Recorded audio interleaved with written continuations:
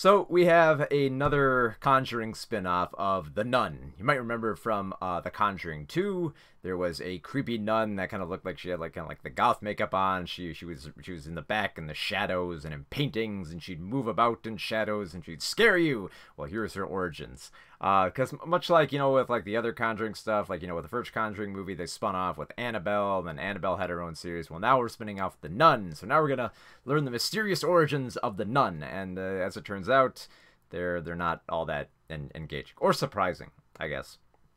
It's more or less what we've come to expect from the Conjuring universe, I guess you want to call it.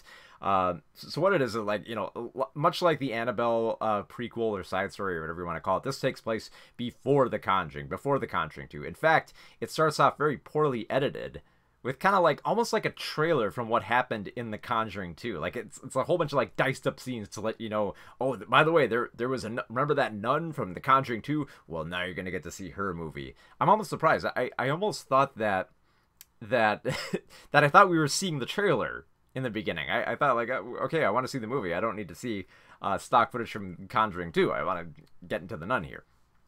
So finally, they ease into the story. Of course, this prequel takes place before that, so it takes place in 1952 in Romania, where a nun has just committed suicide. There's been some creepy goings on there, and then one French-Canadian farmer around there called Frenchie, he discovers one of the nuns is hung just outside the church there, with crows picking at her face and blood dribbling down. And it's very nasty. So the Vatican is trying to figure out, like, well, we got to investigate this, but it sounds demonic. What should we do? So they send in they send in a ragtag priest and nun for the job. We need holy people who have dealt with ghosts and demons before. We're gotta send in a ragtag group to stop it. So they find Father Burke, played by Demian Bichir, I think his name is. He's kind of like a boring character. Like his hobby is crossword puzzles, but they know he's the right guy for the job because he recently, like a little bit ago, he did an exorcism on a kid. Didn't turn out too well, but he's got some experience. It's the best we got, so we send him in. And they also send in another nun. They send in Sister Irene, played by Taissa Farmiga. And she hasn't taken her vows yet, but she's kind of seen as like almost kind of like the rebellious nun around the church. She hasn't quite taken her vows. She doesn't wear her habit that often around the children. She weaves stories about like dinosaurs and stuff like that, and she's too playful. It's like, oh well, but she's familiar with Romania. So Father Burke is familiar with exorcisms, and Sister Irene's familiar with Romania. So it's like, okay, get the team together, go to Romania, figure out what's going on there. So they take off there and they go to Romania. And they go inside the church, and from there it's mostly just like a series of like haunted house frights before they can finally unearth like what's really happened. Why did that nun commit suicide here? So they stay there. They stay in the church, but a lot of these, and of course there's a lot of scares. There's a lot of jump scares. We've come to expect that from The Conjuring, but unfortunately, that's really all it offers. Like, I've kind of been easy on some of these Conjuring movies and films like Annabelle. Mainly because they do try to find some creative scares here and there. The problem with The Nun, though, is that the majority of the scares are just like the simplest form of like dusty old jump scares.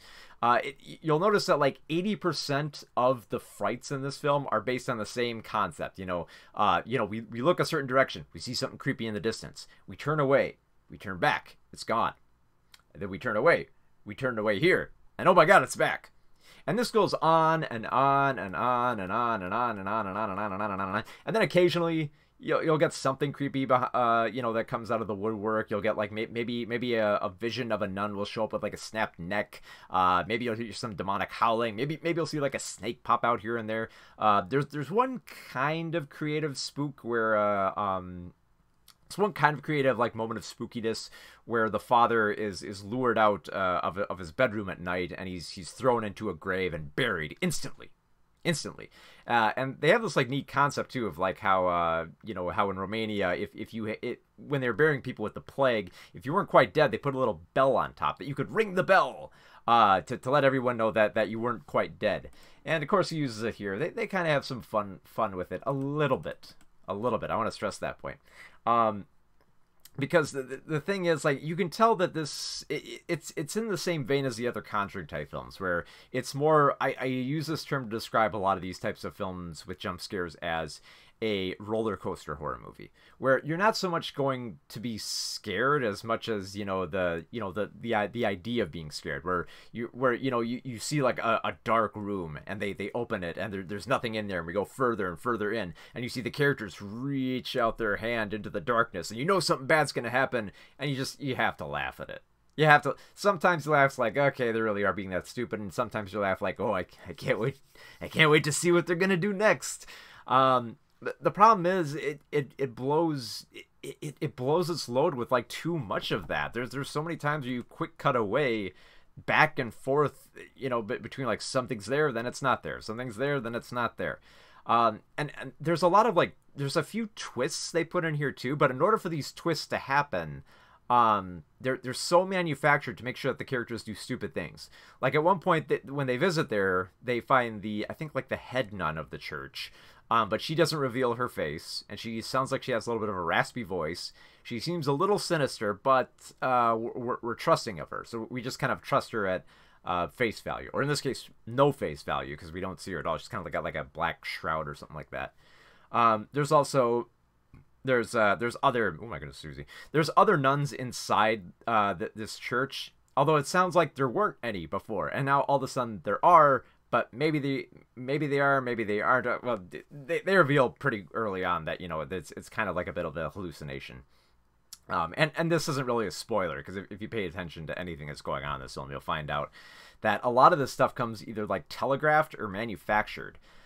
Especially, like I mentioned, the whole idea with the bells for the people who are buried, who want to signal that, oh, I'm not quite dead. Well, they point this out early on. Yeah, and you'll find there's a lot of this in the film where they point out directly what's happening. And there are some points included in this film where the demon just flat out gives clues. Like at one point, like I mentioned, when the father was buried, it's terrifying, but eventually he gets out and he discovers inside the coffin more clues, more stuff to read, and all that crazy crap. It's like they're really holding your hand through this, aren't they? But what I found to be the most perplexing and almost confounding thing about this film is that I think it gets bored with being a horror film by the third act. That and I'm not joking. Like it seems like it goes into being an adventure film by the end.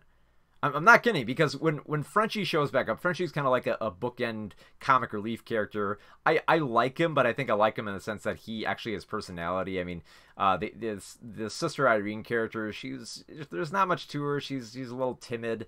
Father Burke is just such a boring character. Like nothing much comes around with the exorcism that he previously did, or his crossword puzzles, other than like a few frights, little tiny bits of fright here and there. But Frenchie's kind of interesting, at least because he's trying to be comical, but it feels like he got lost on the way in a tomb. Like right here, this scene right in here, they're going through a tomb. I'm not even kidding. At this point in the film, they're going through a tomb, they're shooting zombies, potential zombies and other demons that they encounter. They're going through these little underground tombs with torches, and they're searching for a religious artifact, the blood of Jesus Christ, so that they can stop this demon.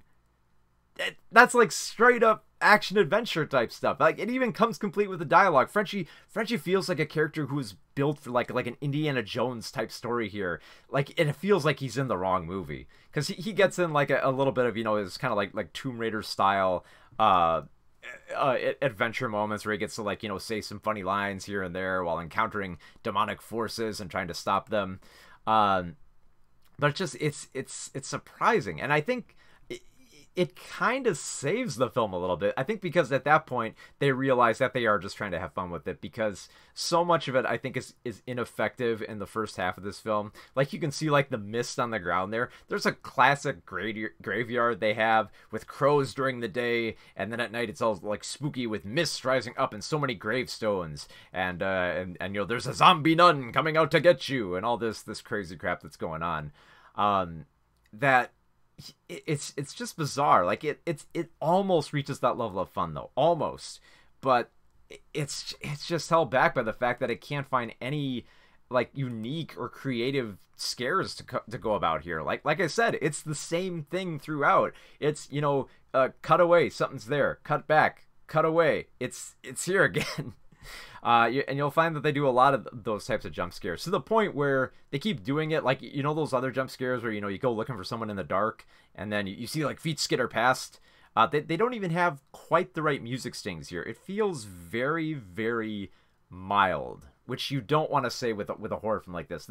These type of horror films are built to be exciting. They're meant to get the audience's blood pumping and scared and terrified. But if we've seen all these scares before from the same playbook of the Conjuring universe, you just get too used to them that this film almost turns into a comedy at times. Especially with the fact that that Sister Irene and Father Burke, the two characters, are supposed to be just a little bit intelligent about the church and its workings. Here they kind of like forget a lot of stuff here. Like they bring Irene into this because she's familiar with Romania, and yet she forgets several things about Romania. Like I said, this film holds your hand. It explains everything that's going on in this church and around Romania, with a very expositional dialogue, including Frenchie, who has lived in Romania during this time, still doesn't he keeps asking about customs that are common to the area. It's like, oh, why are they covering the mirrors? It's like, oh, well, when someone dies, we cover the mirrors around here. And it's like, shouldn't you have known that if you lived around here? I don't know. The film gets amnesia sometimes, which I guess is okay if you're not really paying attention to it all that often. The nun herself is pretty scary. I dig the design, although it's much less scary when we actually get up close and personal with her. She just looks like a typical demon. Her jaw dislocates, and she screams and yells, and she pushes people back and stuff like that. Some of the visions are kind of neat. Like I said, I really did like the kind of like action adventure-y aspect towards the third act, and I did actually kind of like how they use the camera in the third act too. Like they start actually like kind of like tilting it and pushing it inward, and kind of becoming a little bit more creative with the lighting in there. So technically I think it improves, but in terms of like the fright factor, it's going down. Like I'm starting to appreciate these films more on a technical aspect than I am ever on their terror or their lore at this point. Because most of the time, it's honestly just kind of a bore. Most of the time, you're just kind of watching standard jump scares where characters have to do the same thing, where they have to be led into the darkness by something they think might be there, to the point where the Catholic priest here actually follows a bell on a string being led around. It's like a demon has like kind of like a string. It's like, yeah, come on, you want it, you're that dumb, come on. So it becomes monotonous at times, which is kind of sad because it almost gets to that level of having fun with it to the point of becoming an action adventure film. And honestly, maybe I kind of wrote this in my review. I was kind of thinking maybe this is the route they're going to take. Maybe they want to do what Blumhouse is doing, where Blumhouse wants to, go into different genres of film with their studio. Maybe they're trying to do the same thing with The Conjuring. I don't know. Maybe we'll get like some action adventure pictures with Annabelle or the Paranormal Investigator or something like that. Maybe we'll get something like that. Maybe an Insidious TV series. Maybe, I don't know. I think that would work. But as it stands, it's one of those films that I had more fun watching it with the audience than I did actually watching the film, which goes without saying for a lot of these films. In particular, this time I was not let down by the audience. There's a scene where I think the head nun is informing these people about what's been going on at the church, and then she kind of goes silent and her neck snaps. And everything goes silent, and then I hear one person in the theater go, "Oh, what the fuck?" And huge amounts of laughter, more laughter than anything else that's going on the screen there. And I did like the fact that I love these films too to watch the audience, so I can turn back and like watch all their reactions to this happening. And in particular, I think the projectionist might have known this too, because he turned up the lights around like the halfway point, so I could perfectly see everyone's faces. So I don't know. I like to think he was doing that for me. So I don't know. It's fun to go watch with the audience. I would say if you go to see it on that route, it might be okay. but you can tell that this series is waning, like especially when it goes in the action adventure angle and it runs out of ideas with the frights. So it's troubling, it's troubling to see the Conjuring movies go down this route, because they have the potential to be great. They have the potential to do something unique and creative with them, and they just don't with The Nun in terms of the scares that they weave here. So it's 2 out of 5. I was tempted to say 1 out of 5 because I was a little bit bored, but I think it gets just ridiculous enough to almost save it from being terrible. That I think maybe if you rented it, or if you saw it like a midnight screening with a bunch of your buddies, you might have some fun watching it. But like I said, much like with Annabelle and The Conjuring, it's one of those films that are more fun to watch with a crowd than anything. So The Nun, 2 out of 5 stars.